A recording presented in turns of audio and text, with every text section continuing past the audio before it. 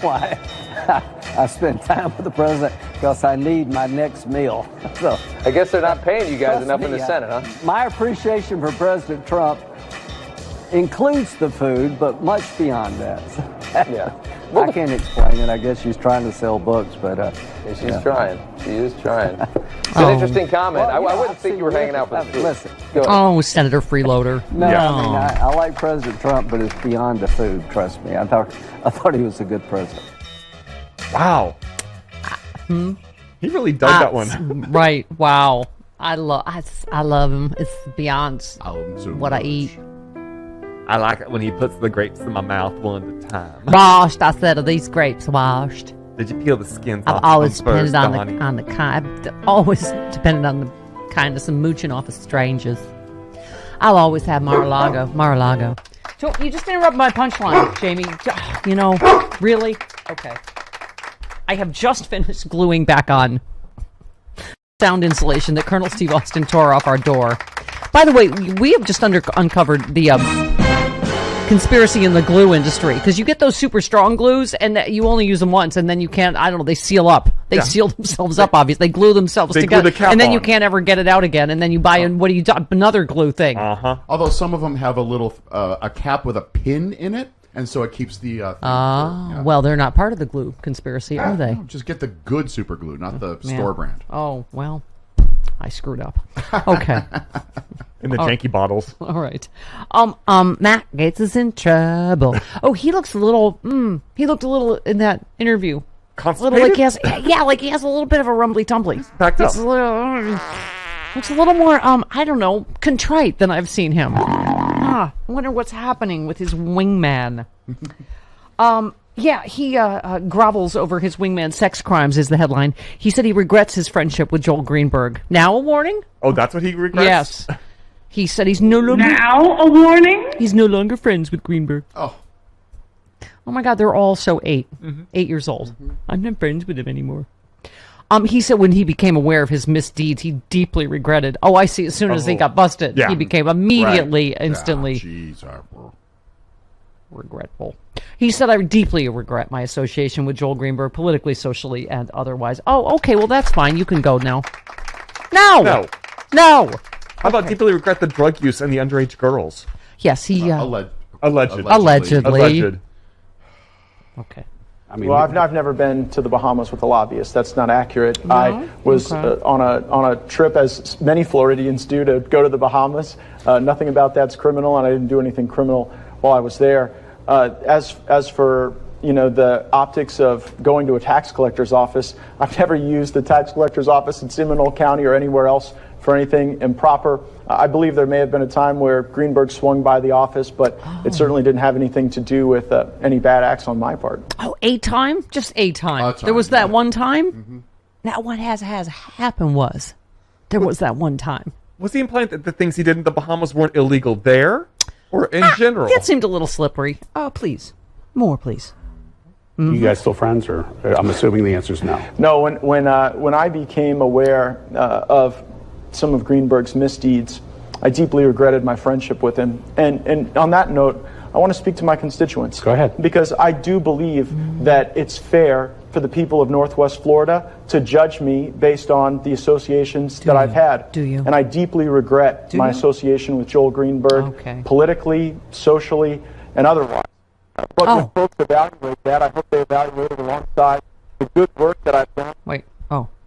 I don't know what happened to the soundbite. Actually, the soundbite machine had enough of him. As had I. It spat it out. Yeah. I don't want to listen to any more of this crap. I'm with you, sound machine, soundbite list.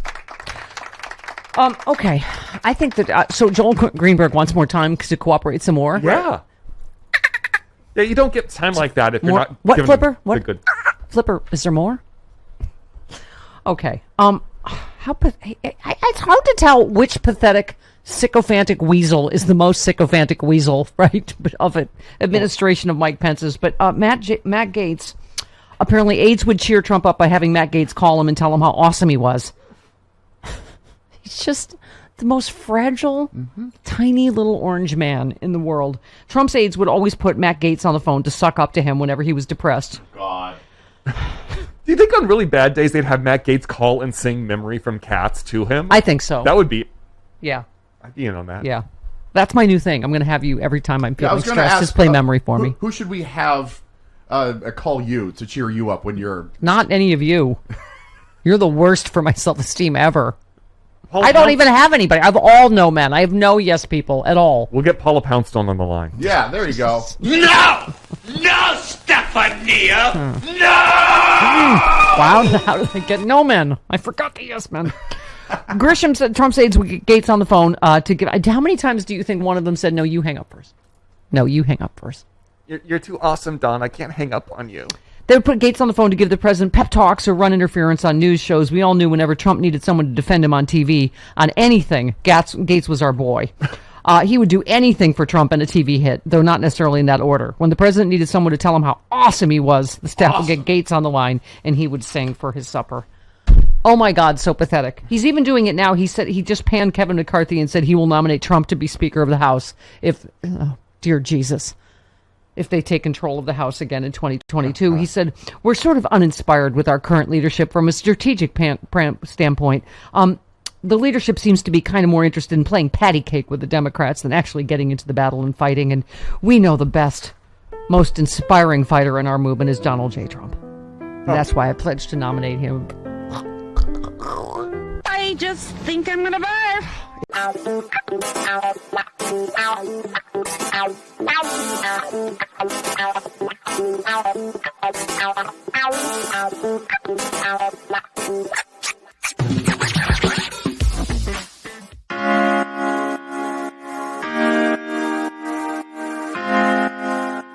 By the way, if you do math, there are a lot more progressives than there are. It's like it's two people that are blocking us. that is not really Democrats in disarray, right? Well, yeah. I mean, there's obviously a lot of. I mean, I hate to go into the actuals of the bill, but there's a lot of people even in the Progressive Caucus that are like wanted to go through and mark up and take out some of the stuff in the 3.5, but they thought that was a magic number and they couldn't go after it. Now that it goes to the Senate, they'll end up signing off on the 1.7, 1.5, or hopefully in your telling of things, the $2 trillion version of things. To something, I hope. Ultimately, because there's an infrastructure bank in the first bill, that is, you're talking about $10 trillion worth of potential investment in infrastructure over the next 30 years. But because this of bill, that one right? part, But this bill is over 10 years. That's the other thing that I don't think they're communicating well enough. Is the amount we rubber stamp for defense every year is insane. Right. And Right. this is so. There's. I mean, I know you Well, read what are it. you You read defending? it because you're a nerd. Yes. The amount of good things it does over Totally. 10 years. For a fraction of what we spend on the military, I just am so That's sick right. of this. Oh, it's too expensive. Oh, we can't pay for this, right? I'll tell you why. Is because the Progressive Caucus specifically has three things in the bill that they like. Specifically, the community college aspect of things, which they believe is a way to stiff arm some of the activist class that have been bugging them about college debt. And like getting rid of student debt. So if we add 2 years of community college, it's kind of a way of doing that. Even though it amounts to about $6,000 to $11,000 per student, and it's optional. And then the pre-K, universal pre-K, which is an expansion that only goes to like a tax subsidy. I know I'm going to get into the boring reads of this. This is why people never read the dang thing. But there's a reason why it doesn't reach as many people, universal pre-K, as they say. Universal pre-K sounds like suddenly the entire country is getting pre-K. A lot of the country already has it. They just have the money to pay for it. This is for the people who don't. Universal just literally is become a code word for impoverished mothers and fathers and families getting pre-K for their kids as well. Expansion of pre-K. Yeah. But it's not sexy like the word universal. And so they've been selling, mainly these two parts hard. And then the idea of climate change. They just keep saying fights climate change. Well, a lot of the markers in it are optional and have to do with the direction of the electorate, going along with it and making sure the Dems stay in so that the next Republican doesn't come in and just with a pen get rid of all the, the kind of stuff in the way that Reagan took the solar panels off the White House and said, what? And by the way, you would think emissions. Someone that's from a desert hellscape that's about to be Mad Max Beyond Thunderdome might be for something that would help climate. I'm sorry. That was more of my Kristen Cinema issues that I have. I understand, unless she likes it there. Again, like John Oliver just came out and said it's not that she's quirky, she's bad at her effing job. That's what he said in his clip or whatever. He's wrong. I love John Oliver, but he's wrong. She's great for her job because Arizona is a state full of lunatics. This is, I understand. But she's going the wrong way. It's trending like everything else, demographically and otherwise. It's trending. It's blue. It voted for Joe Biden. It has 2 Democratic senators. It's not even purple right now. I agree, but there's still money to be had. I'm not talking about the voters. Right. You're assuming she wants to get reelected, and that she's not just going to fall into what was the Indiana senator who just literally quit and fell into a giant pile of lobbyist money a couple of cycles ago. Yeah. He literally just all of his votes had nothing to he's siding with this. He wasn't siding with anything. He was just biding time till he could leave office because he'd already set up through tax breaks. Yeah. Once the Republicans got the tax break, out. That's where she is. That's the problem with cinema. There's no fight there because she's not in the ring. All right, so let's talk about... She's about ready to dive into her Scrooge McDuck cave full of gold coins and swim in it. That's right. Yeah. That's right. And you're arguing like you have leverage over her, and no one does. She's going to take whatever. No, I've dated her. Not specifically, but close enough. Right. I know. You have no leverage of any kind. Okay, here's my point, Hal. Let's talk about running again in 2024 because the Robert Kagan piece everyone's freaking out about is that, health permitting, Trump is going to run again. And I'm like, first, well, A, why isn't he in prison? And B, how is that fat orange bag of triglycerides still walking? Omarosa just said, I think I'm going into 2024. I'm really more concerned about the fact that Trump hasn't come forward and talked about his health. I don't know if he'll even be healthy enough to run in 2024. I think he needs to come clean to the American people about where he is on that before deciding to get into a very stressful and strenuous race for the White House. And they talk about he was extremely ill when he got COVID. His lungs had infiltrates. They thought they'd have to intubate him. His doctors were concerned about organ failure. I mean, his brain had already failed. But while he was at Walter Reed, I mean... He's not healthy enough to run today. They're pacing these, he was doing, 5 of these things a day back in the day, the rallies. They're pacing these 6 weeks apart. And even then, he's out for a week after each one. Yeah. They're sending out statements, but it's all stuff he tweets from bed. He does nothing but phone calls into these interviews. It's more of the Mika pre-2016 Mika, the morning show stuff where they put a picture of him. He did it on Fox. He does it on Newsmax. He's on OAN the same way. And then he does one sit-down interview a month, if at all, only because it seems like they're pushing him to. Like Don and Eric are going, Dad, people have to see you. And so he agrees to do one. Are people just trying to write more terrifying articles than the last one? I gave you this one on purpose. Trump could run for president from prison and then pardon himself if he wanted, according to a law professor. Because I'm like, why isn't he in prison? Forget his health. Law professor Jennifer Taub said she thought it was more likely Trump will be indicted in Georgia than in New York. I'd like a twofer, but okay. She said the problem is, as you know, there's no prohibition running for president. Even if you're in jail, that would give Trump even more fire in his belly to win. If so, he could just pardon himself and unlock the door to the prison. I would watch that as a reality show anyways, but it would not result in him actually becoming president.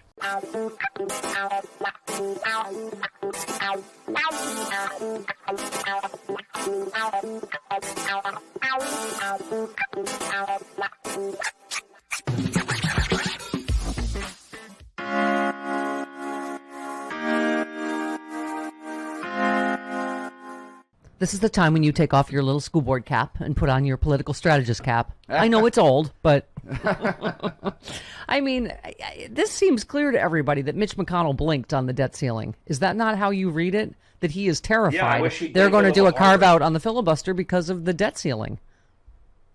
Yeah, and I wish that he'd blink harder, right? Yeah. This should not be something that is up for debate anymore. And my new favorite show is Fun with Charts and Graphs starring Jen Psaki. Yeah. I think it's on PBS every afternoon. Yes. Or C-SPAN. This should not be something that the Senate has to do. every 3, every 6, every 9 months, Yeah. every year. It should just be done. Yeah. Okay. If you are worried about the debt, don't give trillions of dollars in tax cuts to people who do not need the money, the extremely wealthy, with no way to pay for it. Yeah. Yeah, exactly. Oh, would you? He seems like he was asking for a sake bomb. Please, let's give him one. Jen Psaki yesterday. Regardless, even the scant details that have been reported present more complicated, more difficult options than the one that is quite obvious in the president's view and is in front of the faces of every member up on the Hill. We could get this done today. We don't need to kick the can. We don't need to go through a cumbersome process that every day brings additional risks. So they're discussing up there. We'll obviously be in close touch with them, as we will continue to be, and we'll see where we are at the end of today. This must make you crazy as a political strategist. It's just, you see how popular every single part of this program. And by the way, we should start talking more about what's in it in terms of childcare, in terms of, negotiating lower drug prices, stuff that you don't get to those levels of approval of the American people these days, right? It is wildly popular, everything Biden wants to do. And they have got to do it. It's also the largest climate bill that's ever been done. Yep. I mean, the list goes on and on and on. And that, by the way, is why these Republicans and McConnell are standing in the way. When Mitch McConnell says that Democrats should use reconciliation for the debt ceiling, make no mistake, this is a guy who in 2013 said that should absolutely never be done. Yeah. So this is a guy who is willing to do whatever it takes to stop progress. And, I would very much like to see them change the rules around filibuster to make this possible. Show everybody in the Democratic caucus the utility of, limiting the use of filibuster. Yeah. Yep, absolutely. Carl, you are a delight. You've remained a delight for many years now. All right. Well, thank you. Yeah. I like being delightful. He's one of our very first regulars. I know. You've been with us like forever. Oh, we're an old married couple. Yeah. I think going on 10 years at some point. I think so, yeah. All right. See you next week.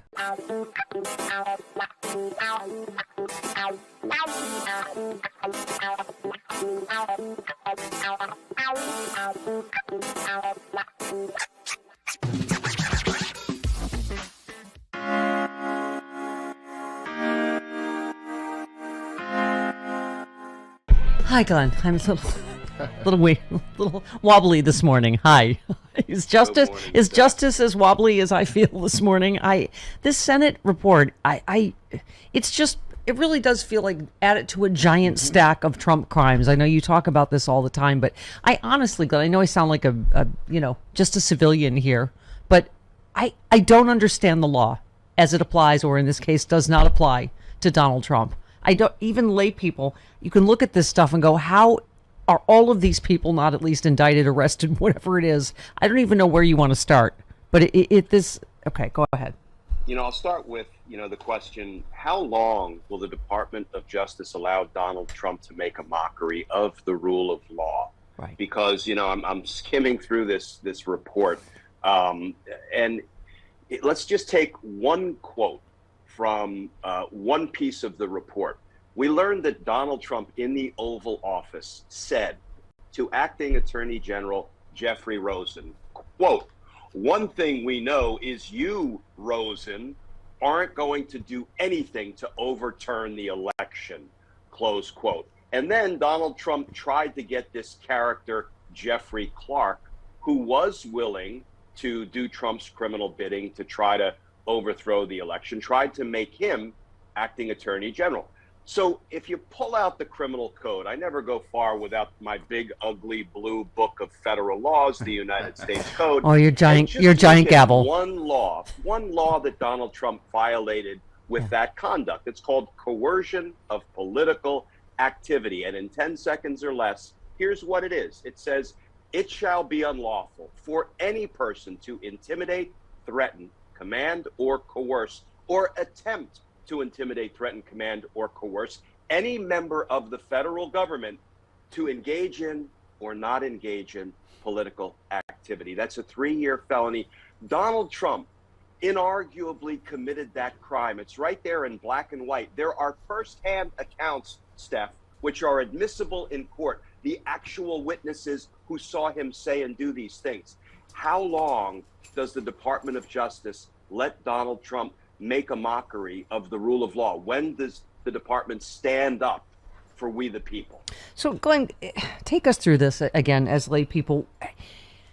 In your opinion, what is the point of this January 6th commission? Can it be helpful in that they're making criminal referrals? Because I know we all keep thinking, where's the DOJ in this? Like the January 6th commission, great, but is the January 6th commission at least a good tool in, the Justice Department acting? Does it put enough pressure when people read this Senate report to go, where is the DOJ in this? Yeah, here's why it's a good tool, because we are learning about what went on. And frankly, we wouldn't be learning any more about what went on because the Department of Justice is not issuing indictments.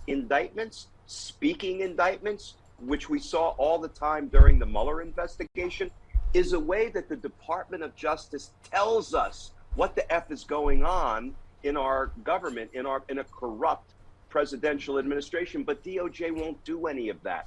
So at least we are learning more about what went on, courtesy of the January 6th committee.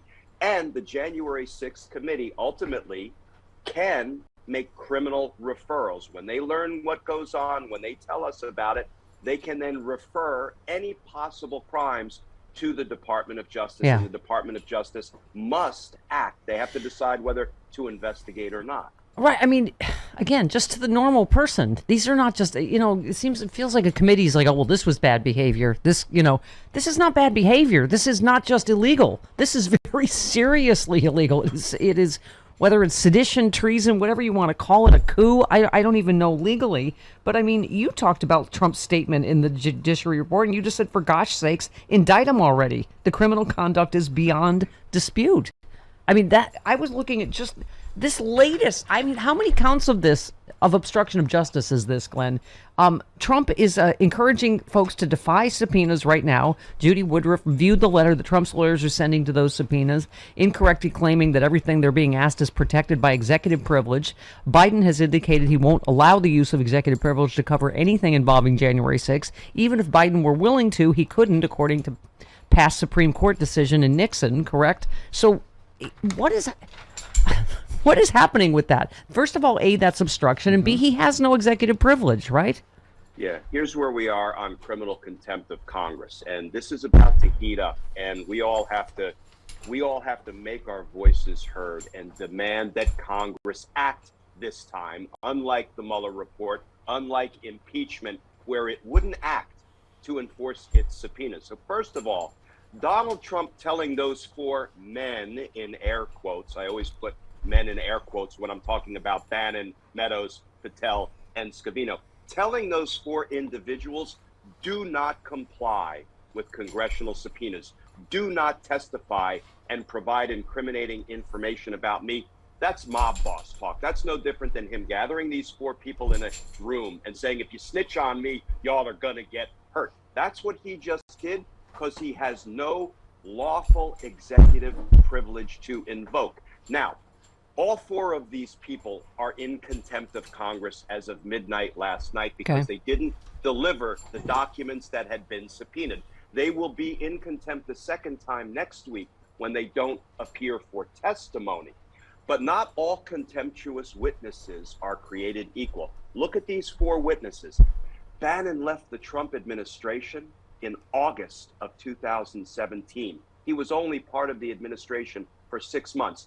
So there's no way anybody can say he was a member of the executive branch and there would be any claim of executive privilege in 2020 around the time of the election. That is why Congress needs to use its inherent power of contempt. 3 words: lock him up. Right now, you have the authority to do it, and then you confine him until he purges the contempt, which means he testifies. With respect to the other 3, they were administration officials, but there's still, as you set out, there's no executive privilege anyway. So handle them differently. Refer them to the U.S. Attorney's Office for a criminal contempt prosecution, because that is now back in play because we have Merrick Garland. We no longer have Bill Barr in charge. So treat them slightly differently, but go hard, go aggressive, both guns drawn, on all 4 of those contemptuous witnesses. You expanded, Glenn, on Twitter in particular about Bannon. You said Trump and Bannon's ongoing conspiracy. Trump tells Bannon to defy congressional subpoenas. This is a Trump cover-up in plain sight. Hey, DOJ, justice matters. But when you go back, you say, let's recap. Steve Bannon creates a bogus We Build the Wall Foundation to steal from Trump's base. DOJ indicts him. His co-conspirator, Donald Trump, pardons him. Bannon keeps the stolen money. Now Trump tells Bannon not to comply with congressional subpoenas. And you just say Trump and Bannon are in an obvious and apparently endless criminal conspiracy, and we the people continue to wait for indictments to drop. And you just put it best. You said DOJ in action equals DOJ endorsement. You are absolutely right. This is endorsing this. It is endorsing the next coup. If they just do nothing. I mean, what honestly do you think is going on at the DOJ? Anything? Nothing? I honestly think they are hard at work putting together an enormous conspiracy indictment. It took a couple of years to finally hold all of the Watergate co-conspirators accountable and get President Nixon to resign. That took 2 years, Steph. Right. I think they are hard at work putting it all together. And in part, this is not me being Pollyanna. I cannot conceive of living in a country where our Department of Justice declines to hold all of these obvious criminals accountable. I cannot conceive of that United States of America, because if that's the way we're going, then we will not keep our republic. Because if you don't hold Trump and company accountable, then the next batch of political criminals will do things that are even worse, more horrible to our nation. Yeah. Well, I mean, you saw this stunning moment yesterday about the, Arizona audit. Jamie Raskin asking one of the, insurrectionist helpers, what's his name? Biggs. Who won Arizona? Well, we just don't know. I mean, wow. This is it. And he apparently has been implicated by Ali Alexander, who was just subpoenaed. So, are we going to get to these members of Congress that have been implicated? I hope so. If they committed crimes, and it looks like many of them did, we could go back to the reconnaissance tours that were being given of the U.S. Capitol prior to January 6th, and we're getting more reporting that, the insurrectionists actually knew which windows were the weak spots because they hadn't been shored up recently. Come on now. This is an inside job. Yeah. And we have to go after the members of Congress who are complicit. We saw Josh Hawley wasn't hiding the fact that he was out there with the Nazi fist up, encouraging attack on the Capitol. So these members of Congress have to be held accountable. And you were very helpful on Twitter. Contempt of Congress, 1 year. If a prosecutors bring obstruction of Congress charges, 5 years. Obstruction of justice charges are 20 years in prison. So let's just talk about one other person, Dick Durbin, talking about this Pennsylvania congressman. Clark, who emerged in this, he was suggested to the president by a Pennsylvania Republican congressman, and then all of a sudden sprung out of the Department of Justice to everyone's surprise and became the president's man. The president even promised him, apparently, that he would be the next attorney general. And what he did in terms of asking for the Department of Justice to get involved in this political exercise goes way beyond the bounds of fitness and his worthiness to serve as a lawyer in the District of Columbia. So more people than we even heard of, obviously directly implicated. What stood out to you in this whole Senate thing? It's a lot, isn't it, Glenn? I mean, the report reveals Trump asked the DOJ for assistance in overturning the election a total of 9 times. I don't know if that's 9 separate counts, but okay. So, but they have the everybody involved, call logs, the stuff that you guys would call evidence. Evidence of a criminal conspiracy to overturn a presidential election, a criminal conspiracy for a sitting president to unlawfully and unconstitutionally retain power. All of that is chargeable under federal law.